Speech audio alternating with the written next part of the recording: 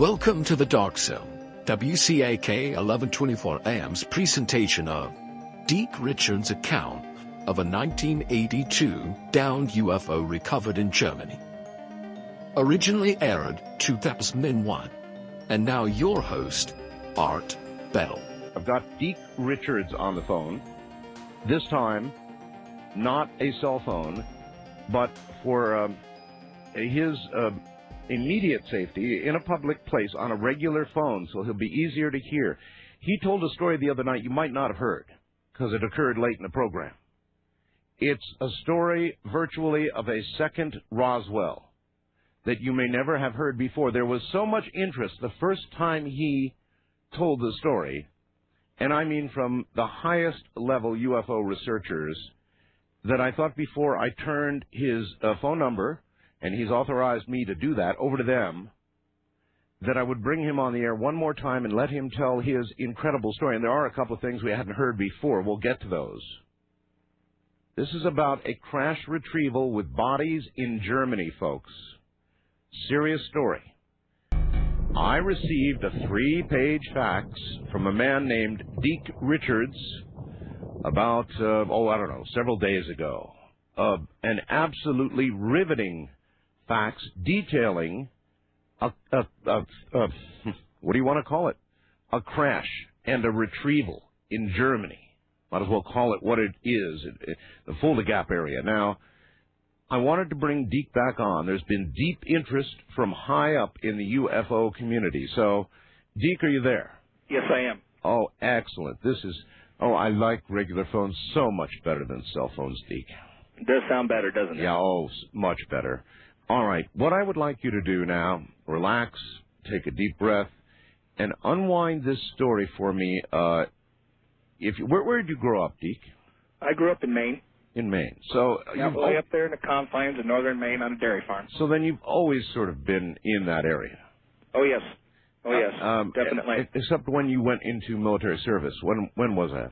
I went into the military. I first originally joined when I was in high school still on a delayed entry program. Well, you were really anxious, weren't you? Well, they have Armed Forces Day there at the high school, What year was that? Do you remember? 1979. 1979. Yeah, right after I graduated, they didn't waste no time sending me into boot camp. Fort Lost in the Woods, Missouri, down there in Missouri. Uh-huh. And we called it Fort Lost in the Woods, Missouri, but that's Fort Leonard Wood, Missouri.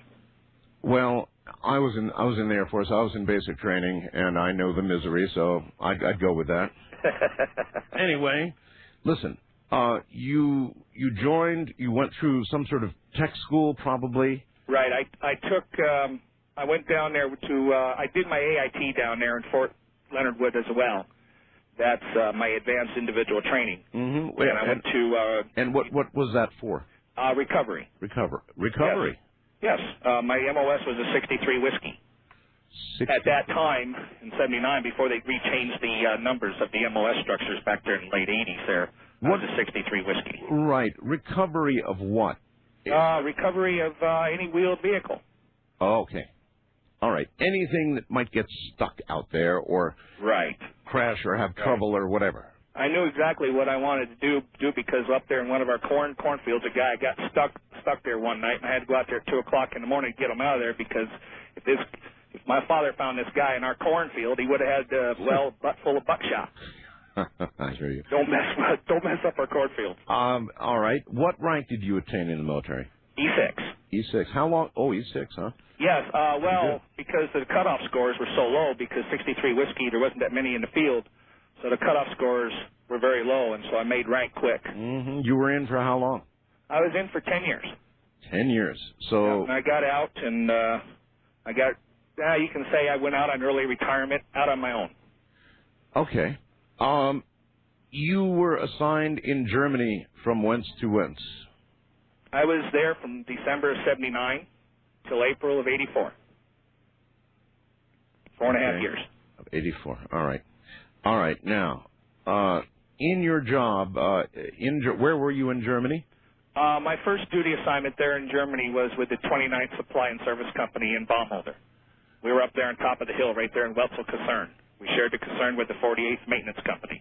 Okay, so you did what you normally do. You retrieved, I take it, normally. Right. Mm-hmm. Being in a supply and service company there, we had a laundry and bath platoon, and they went out to the field quite often to service other military units, infantry a lot that was in there. And Baumholder was, the headquarters for 8th ID was up there in Bad Kreuznach, but the 8th ID, the main contingent of the 8th ID, the 8th Infantry Division, was right there in Baumholder. So our laundry platoon had to go out quite often. And so we had a wrecker. Before they changed the TO&E, we had a wrecker. Okay. And I was the only 63 whiskey there in the unit, and I was assigned, of course, to the wrecker. How long had you been in Germany when the incident, we'll call it, occurred? Well, let's see. The incident occurred during Reforger of '82, so let's say September.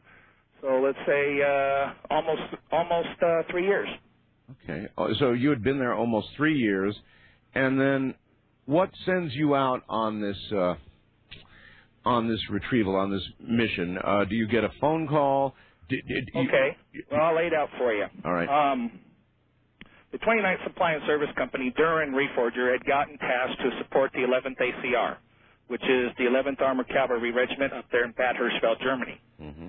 And they patrol the 1K zone, no man's land, the Fulda Gap. Right, Fulda Gap. That's where people always speculated a war between Russia and the rest of the world. That's where the first ground units would come across. That's where it would all begin. That's right. Okay.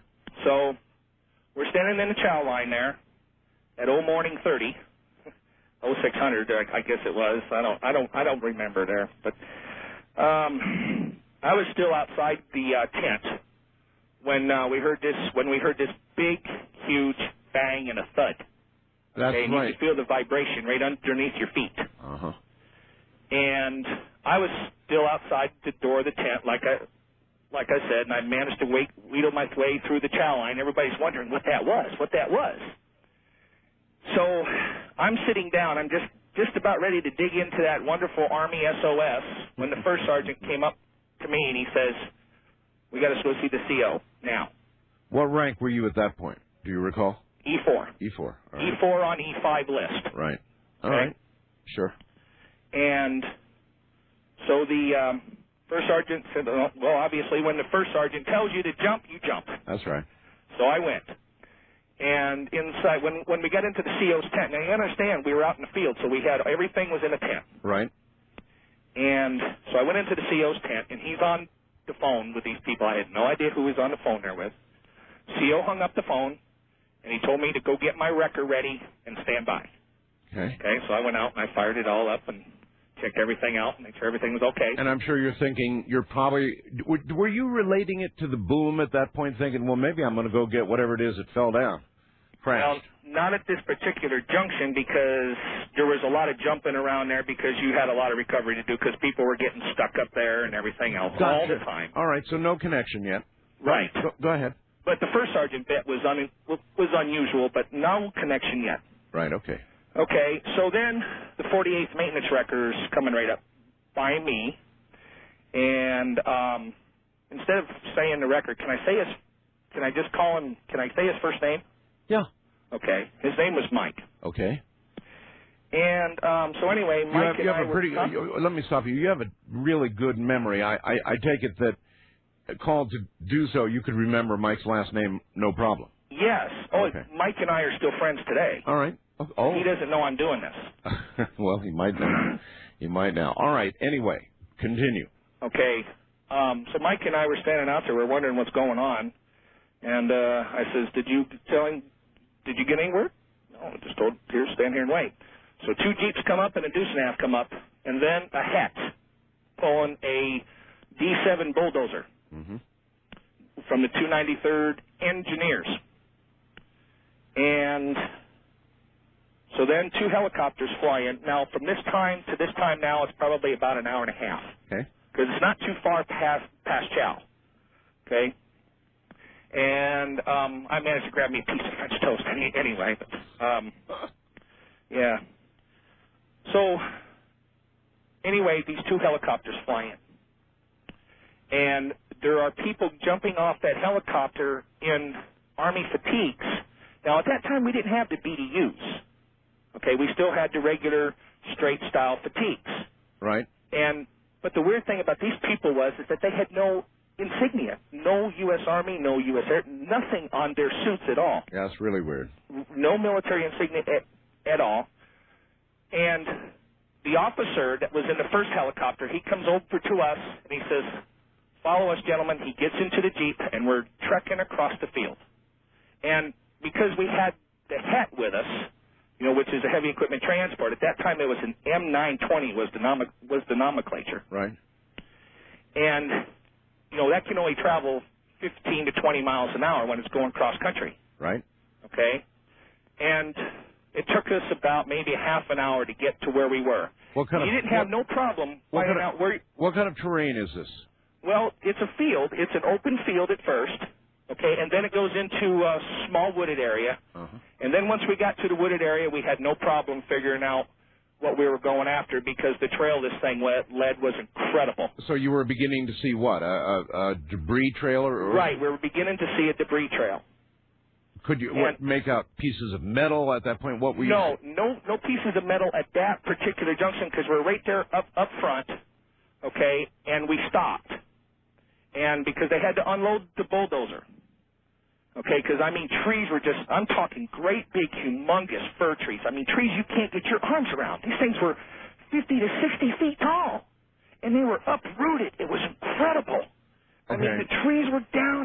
Bang, boom, some of them were cut right in half. All right, but in an obvious trail? Yes, it was an obvious trail right through the woods. All right. Right through the woods. So the bulldozer was there to plow up the trees. Even that little D7, being the workhorse as it is, it had trouble moving some of them big fir trees. Right. And so the Jeeps were following first, and then it was the two wreckers, and then it was the Deuce and Half behind the wreckers that had the personnel in it. All right. So we're going for about 150 yards. And then he stops and tells us to put on our gas mask. Well, anybody that's ever been out in the field, you always have your web gear and your gas mask with you. And so we had to put our gas mask on. Mm-hmm. So we drove up another 20 yards, and then he made the dismount signal, and we all dismounted, got out of the wrecker and everything else. The bulldozer is continuing up. Now, at this point, the only thing that we could see was this huge, shiny thing sticking out of the ground. Okay, I personally call it looked like stainless steel. Okay? All right. When you say huge, how big? Well, just a guess, I guess. Pardon me? Just a guess, I guess. Well, when they put it on the flatbed, they had to bring in a special flatbed because of the length. It was a 60-foot flatbed. Right. Okay? What they do, the Army's got these stretch flatbeds. Oh, yes. They can stretch them out because the frame moves. Okay, right. And they had to move that out to 60 feet. Okay. Okay? And so the width of this thing was about 60 feet wide. And so we're going in there. Circular? Well, after we got it out of the ground, I like to call it an oval triangle. Because you take a triangle and just round off the edges. Yeah. And that's what you had. And the nose of this thing was buried straight down into the dirt. Okay, I can picture that, sure. Incredible. It was just buried right down into the dirt. How much of it was buried? Half of it. Half of it, all right. Yes. Half of it. That's a lot. So there was a lot of that craft in the dirt. Yes, there was. Yes, all right. Yes, there was, and it was very because at about the last 100 yards or so, it dug a trench. It dug a trench like you went in there with a bulldozer for a couple of days and just kept up piling up dirt. The banks were, as the further in you went, the higher the banks went. And there was roots all over the place and everything else. It was just incredible the destruction this thing did. How many personnel on the scene at this point? Well, at this point, with the people in the Deuce and a Half and the guys in the Jeep and Mike and I, there's about 20. 20. All right. There's about 20, and we all walked up there. We all walked up to where this craft was. Mm-hmm. And that's when we saw the bodies. That's when we saw the bodies. The bodies were completely on the left side of the craft, and it was like they were trying to walk out of the craft, and then they just fell dead in their tracks. And there was a strong smell of ammonia protruding from these bodies. All right. Now, you didn't say that last time. No, because I forgot about it. They smelled like ammonia, huh? Yes, they did. There was a strong smell of ammonia. So it's like they walked off the craft, took a couple of whiffs of atmosphere, and fell over. I mean, I'm not saying that's why, but... Right. Well, there were some that obviously made it further. They weren't staggered right in a line. The furthest one away was about 35 to 40 feet. Uh-huh. Okay, and the closest one was about 5 feet. All right. And he was right up against the bank. And I'm assuming he just ran out of gas when he tried to climb up the bank, because the other ones were able to make it up the bank. All right, so they were just scattered about. How many total? 5 of them. 5 bodies. All right. 5 of them. You're listening to a crash retrieval story from a man, Deek Richards, who was stationed in Germany, an incident that occurred near the Fulda Gap in Germany that easily rivals Roswell. Here, this craft is halfway into the earth. You've got bodies of 5 of them strewn about, and take it from there.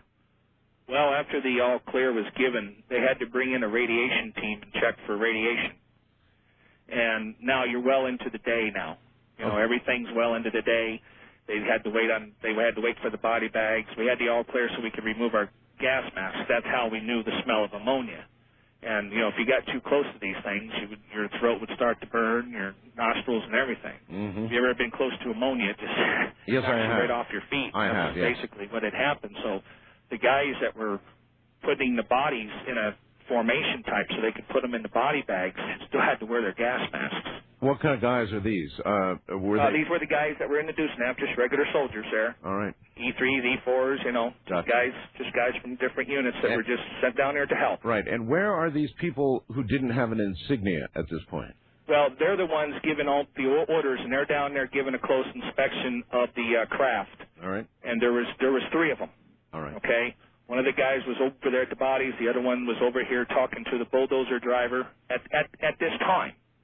And the other one was over here talking to Mike and I how they wanted to do this.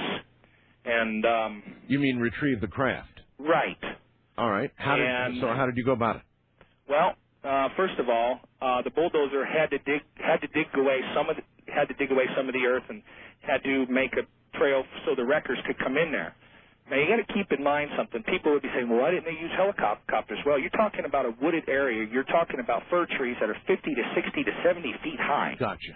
So, you know, a chopper wouldn't be very effective. So we had to wait for the bulldozer to get to where we get the wreckers in position.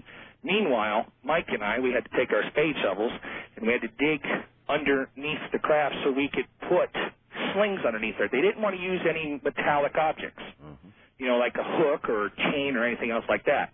They wanted us to use our canvas slings. So they had to bring them in special, okay? So you're waiting most of the day for the body bags and this stuff and everything. In other words, there was else. a lot of time in between, right? Right, exactly. Might I ask, just very briefly, what in God's name were you guys talking about when you had a little time to talk? I mean, you must have said, what the hell are we doing? Much to say, Art. I mean, you got to take this in mind. I am just a backwards country boy from Maine, grew up on a dairy farm, and I'm thrust into this situation right here. I know, but I had to repeat my name over and over and over again. I had to help Mike. Mike, punch me. Make sure I'm still awake, please. You know, and Mike was just taking it in stride. Yeah, right, he was. Did he punch you? Yeah, he did. Yeah. I remember. All right. So anyway, you guys, do you know what you're dealing with? I mean, obviously these are not humans. It's a spaceship. I want to say that the official news release was an F-4 aircraft. And I can tell you right now, this was not an F-4 aircraft. I'm with you there. So they said you something. know, it's like. They said something. It's like my crashed. little niece goes. They said something crashed, but they said an F-4. Right. And like my little niece goes, duh. Duh, yeah. Yeah. All right. Describe as best you're able these creatures. Okay. Now, I wasn't no closer than 4 or 5 feet to these things. Pretty close. Yeah, exactly. And one of them was laying down on it was on its side, but it was face down in the dirt. And they were gray in color. And they had big heads, like a small pumpkin. Uh-huh. Their fingers were Their fingers were skinny and long, and they had black suits on. Black suits? Yes, black suits, black skin-tight suits. Which covered their whole aerobic workers in leotards. Yeah, there you go. Like leotards, all right. That's the word I was trying to use before was leotards. So then your discernment of their skin color was from seeing either their face or just the head. Well, I didn't see their face. Or okay, then just the head. The faces were down in down in the dirt. The heads were hairless. Yes. And they were gray. Yes. Okay. They were gray. All right. And they had the black leotard suits on, and the one that was on its side had this on its chest. It had this weird writing. I'm familiar with the Cyrillic alphabet. The Russian alphabet. The backwards letters. You see hieroglyphics and everything else, but this resembled nothing I've ever seen. Okay, and it just looked like some kid had drew a design on there, and end of story. You mean sort of like just a scribbled design? Yeah, well, I'm sorry. I don't have the vocabulary to put this into words, and still to this day, it gets, it upsets me when I speak about the body because they're freaking me out. Could you take a piece of paper and, in your mind's eye, and could you draw something that would approximate it?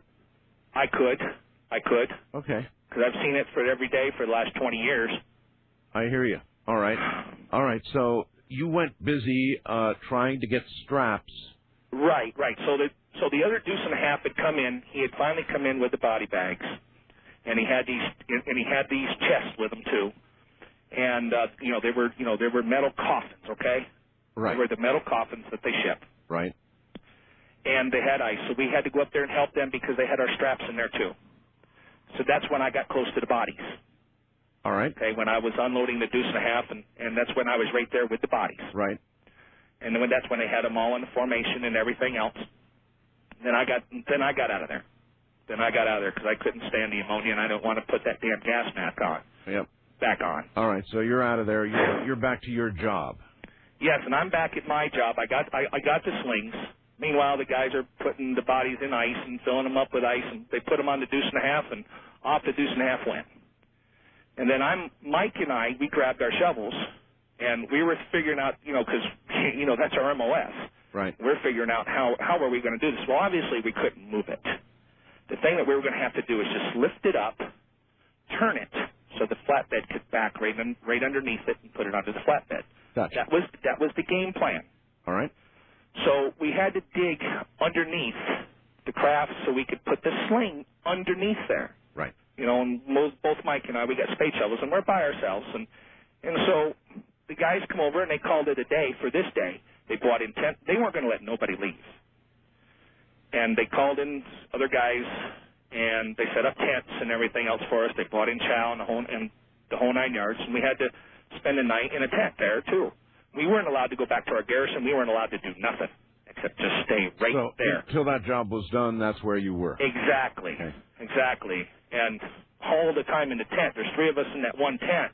We were fortunate because we had a smaller tent, and they brought in the cots, and we didn't say nothing to nobody. We were just sitting in there looking at each other, just wondering what's going on here. Are we, where are we? So anyway, the next day, we're out there, and we finally got enough dug underneath there to where we could put the sling on each side of these things, and we positioned the wreckers out. One nice thing about the 5-ton wrecker, it's very, very versatile. It's got many, many purposes, many uses. Right. And by using boom supports and everything else, you drastically increase the capacity Maybe so. This of the boom winch. This would be a first-time use, though, I have a feeling. A first-time use? Yeah. Just pick one of these up? Oh, yeah. All right, anyway. Yeah, first time. Anyway, I remember when you told the story before, you talked about some tubes, and you said when you got down low, when you were digging in, you actually got to sort of look into a part of the craft that... Okay, now the left side, when you're looking at it from behind, the left side, which is the same place where the people came out, okay? Right. You can call them extraterrestrials. I just call them people. And anyway, there was these I'd say about 5-inch in diameter tubes coming out of coming out of the side because there was a gash in there, and I'm just assuming, my own personal assumption, that this happened when it hit them big fir trees. Well, the gash in the craft, how big was that? Oh, it went down into the dirt, obviously, but the part that was showing was about 20 feet. 20 feet. About Plenty 20 big feet enough for these beings to come out, or... Well, no, the beings didn't come out of the gash.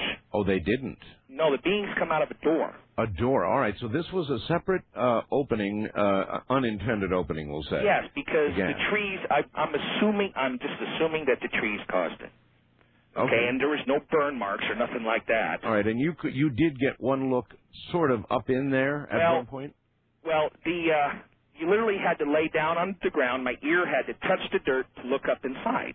And all I could see from where I was, from my vantage point, because most of the gas was down inside the dirt, but the tubes were coming out of the dirt, out of the craft, and it had this green ooze coming out of them, and it wasn't gushing out of there like a fire hose. It was just dripping out of there. Anything, did it smell of anything? Or? No, it didn't smell, but it was very luminescent at night. You could see the trail of it coming back in from about 150 yards out there. You could just see where it had touched one of the trees, and it was dripping off one of the trees. That's very and everything. interesting. Yes. So, excuse me. So the tubes were out there, and I mean they weren't in any kind of order or anything like that. They were all over the place. But what I could see from up inside, now personally with my mechanical background and my knowledge of mechanics, I personally thought that this was the engine room. And what you could see up inside there was this great big, humongous, because it was dark inside there, right? Too. You got to understand that, right? And I didn't shine my flashlight up underneath there because I was in cramped quarters, okay? Because my ear was right down into the dirt when I'm taking one eye and being able to look up inside this. Gotcha. With the tubes out, and so you can really it. barely see up into it. Right. But what I could see, it was huge. Any details you were able to make out at all? Was it just a giant empty room? No, it wasn't empty. I mean, there was plainly machinery in there, some kind of machinery. That's what I'm saying. Is that there was some kind of machinery in there. All right. See, I'm lost for my vocabulary again. And that's all right. So no grinding gears or anything like that, but it was it looked like just an engine room, just an engine room with a face on with a face on it. Okay, what I'm talking about a bulkhead maybe. There you go. Bulkhead. A bulkhead. All right. Right. Okay. And then at the edge of the bulkhead there was this machinery. Okay. And it was like I've never seen nothing like this before in my whole entire life. I mean, it didn't resemble a 454 Chevy. I'm trying to keep my sense of humor. Yeah, please do. That's fine. So, anyway, your main job, you obviously were able finally to lift this thing all the way out. Right. And obviously at that point you'd be able to see very clearly its shape, right? Exactly. Because meanwhile, while we're out there, you got guys with brooms on top of this thing trying to dig off the dirt. And one thing I didn't mention before, too, is that whenever you hit this thing with a shovel... Yes. I mean, just because I did that a couple of times. Right. It would have a nick in it. Then after you bring the shovel back down, the nick would be gone. Really? The nick would be totally gone. I mean, like I said, in other words, like very, very flexible. It sort of reshaped itself. It reshaped itself.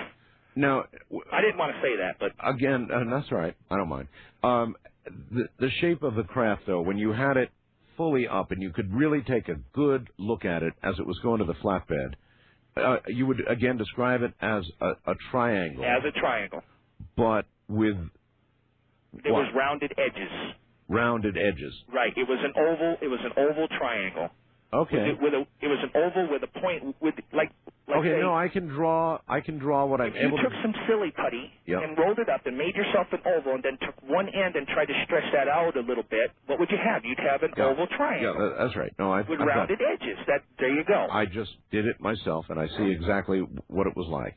Right. And it was I'd say probably 10 feet tall. 10 feet tall at its tallest point, and it narrowed down to about 6 feet tall in the nose.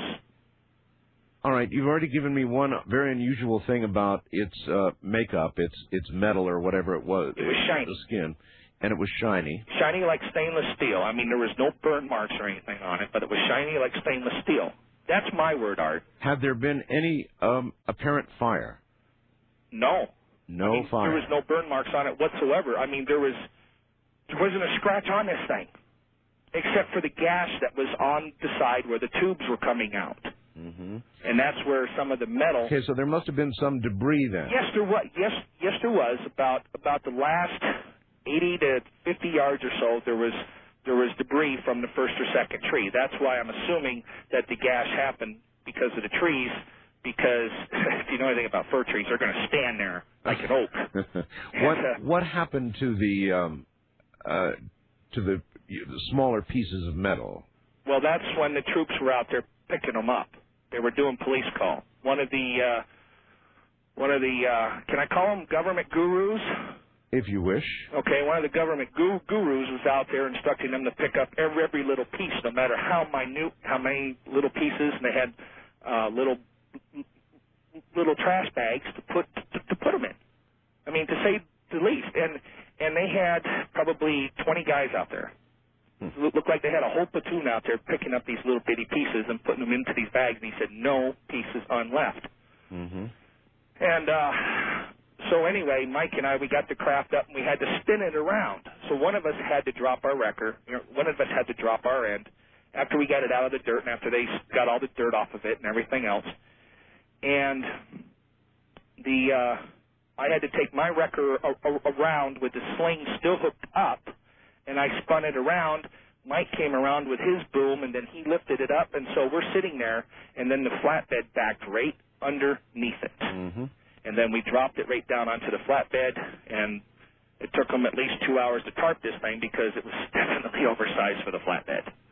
And they had to wait for, I'm assuming that they had to wait for clearance and everything else to take it down the Autobahn. That was the main clear thing that they were going to do. They had to go right down the Autobahn?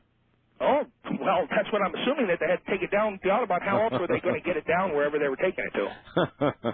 I've seen a lot of... they brought it in on a truck. Yeah, I've seen a lot of weird stuff on the interstates. It's always covered with tarp, and you always go, oh, man, I wonder what that is. They had to build with 2x4s something to take away the silhouette of this thing. I mean, the tarp was not on the craft. It was on 2x4s. They were constructing something to take away the silhouette, so they could transport it down the highway. Mm-hmm. And we're there during this whole thing because now we're in the third day by the time this is all going on and everything else. And they were waiting for darkness to take that thing out of there. I mean, they took it out into the field, and they had an MP perimeter around this whole area. And they didn't want to work at night because they didn't want to draw attention to anything. Hey, I'm just assuming that, you know. Hey, I was in the military. I know these things. And so anyway, that was a stupid statement. That's all right. Don't worry about it. Just let this story unwind the way it's going to unwind. So anyway, at the end of the third day, they brought in a sanitation team. Okay, now these were, I'm assuming they're government gurus too. These guys are specialists. You know, they brought this all in. They got 2 bulldozers in there now. They're covering in the hole. They're taking the trees away. I mean, they cut them up, you know, with chainsaws. They're taking the trees away in dump trucks. I mean, they're just sanitizing this whole area.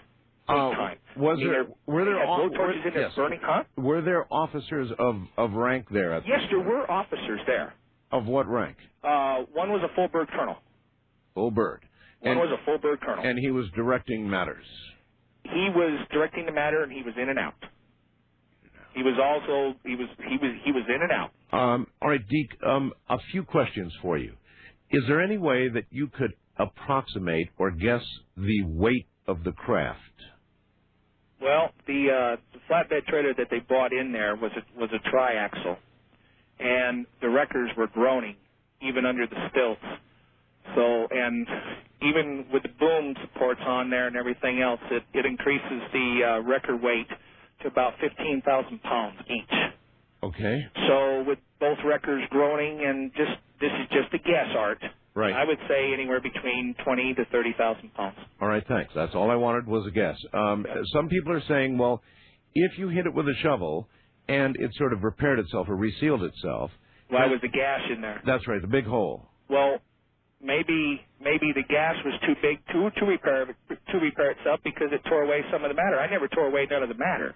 You would just make an indentation where you hit it with the shovel. You know, when you're taking a little small spade and thrusting it up, because you got to understand, I mean, I'm dealing with forest topsoil there with a lot of roots and everything else, so I got to thrust it down in there with my boot and everything else.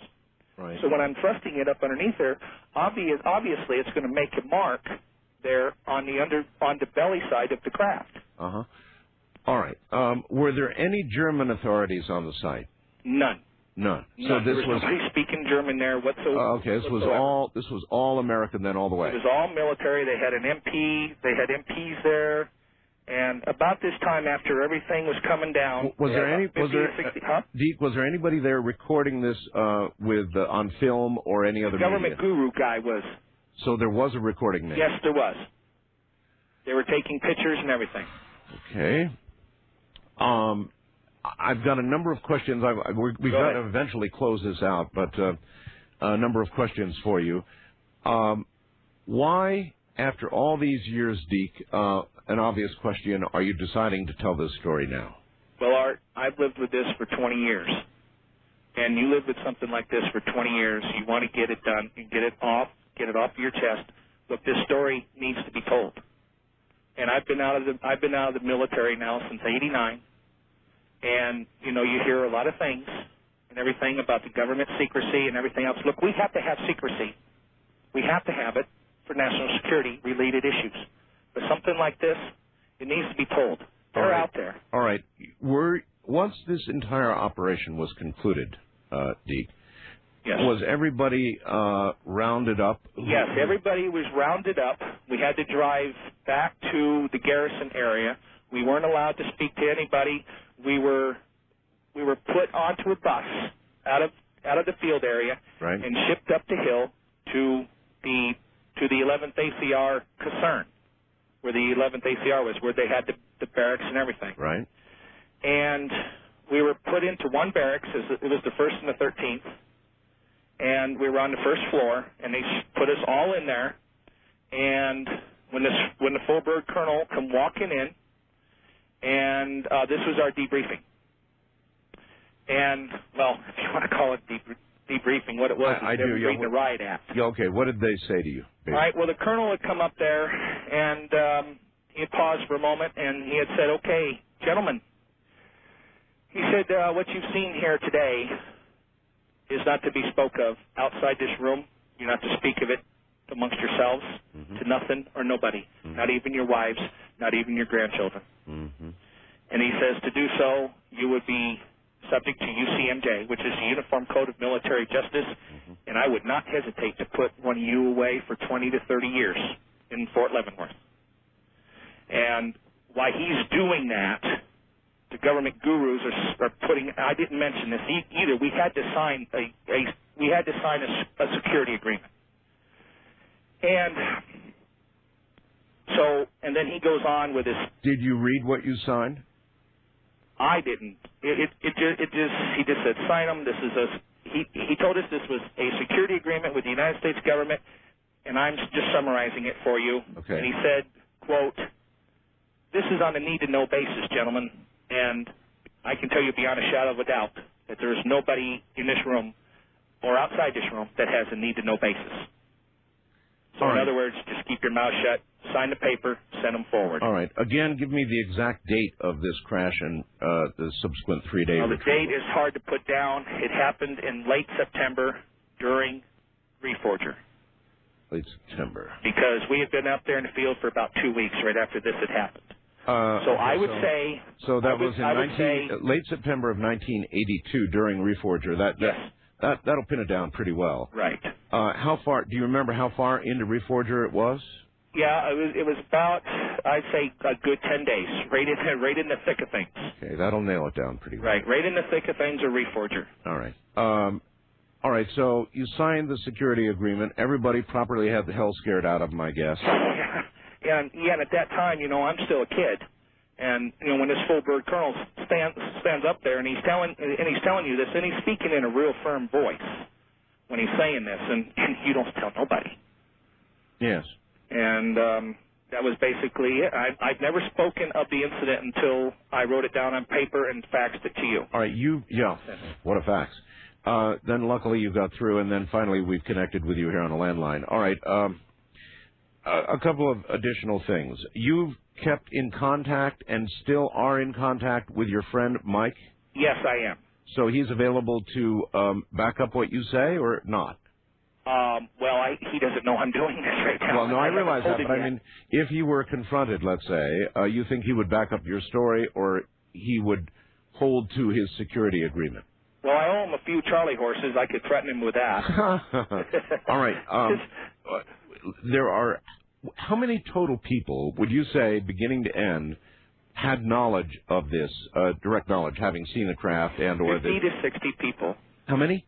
50 to 60. 50 to 60. Right. All 50 to 60, and most of them were just ordinary soldiers. All right. We would like these people to get in touch. I'm not counting the government gurus and the officers. Well, they're less likely to talk to us. But 50 to 60 other either enlisted or officers. Right. Right. Well, they were all soldiers. Yeah, the 50 to 60 were all soldiers. They were from various companies, the 293rd, the 48th, and the 29th. All right. And our sister company was there, too, the 24th Supply Service out of Gießen. All right. So if you were to appeal right now, which is what you can do, to these various groups, you would appeal to what groups?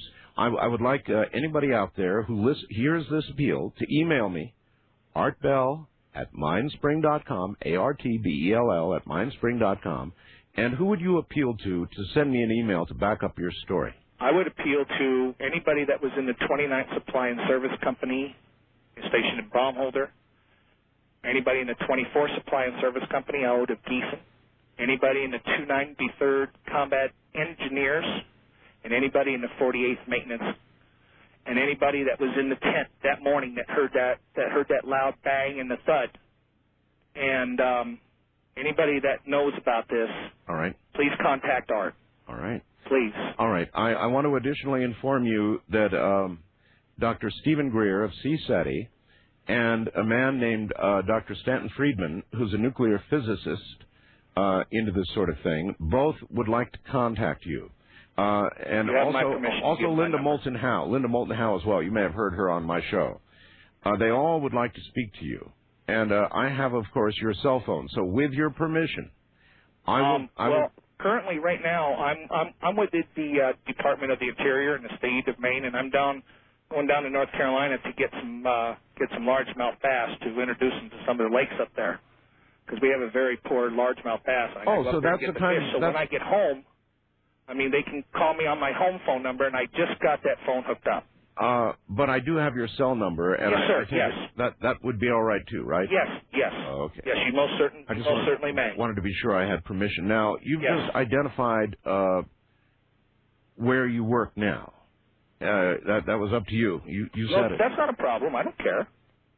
I mean, it's you know, if they wanted to figure out, all they would have to do is just go back to my military record, find my address in Maine, and go see my folks. And my folks said, "Oh, he works for the Department of Interior in Maine." So, what do you think the repercussions of what you're doing right now might be? I don't know. I don't really know. And I'll tell you the truth. I mean, at 20 years, I mean. How old are you now? 39. I'm sorry? Well, 39 May 1st. 39 May 1st. Huh? Yeah, the end of the world's coming 1 year away. Think so? I'm going to be 40. 40, huh? Well, look, you'll do all right. You'll make it. So, everything you've told me, is there anything that I've missed that was important or critical? No.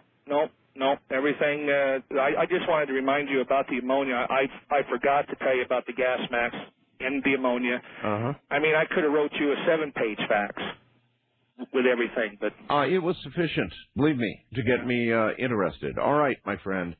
I'm going to pass this on to people who know how to investigate this sort of thing, and they'll be in touch with you, and they'll be very nice. They're not Nazi inquisitors, so they'll just ask you some questions, and they'll do it with the background of having heard all of this tonight. All right? One more thing, Art. Yes, Steve. You guys out there that that know about this, please contact Art. If anything, just do it for a fellow soldier. Thank you very much. Thank you, Deke. Good night. Talk to you later, Art. Holy smokes. So, what do you say to all that? Well, now it's going to get turned over to the big boys and girls, and we'll see where it goes. But that was a lot of detail. That was a lot of accuracy. And I think I believe the man. I don't know, it's like everything else. We submit it to you, the listener, and in this case, others. And we'll see where it goes. But I think you just heard a very important... Thank you for listening to The Dark Zone, WCAK 1124 AM's presentation of Deek Richards' downed UFO recovery story from 1982. Good night, America.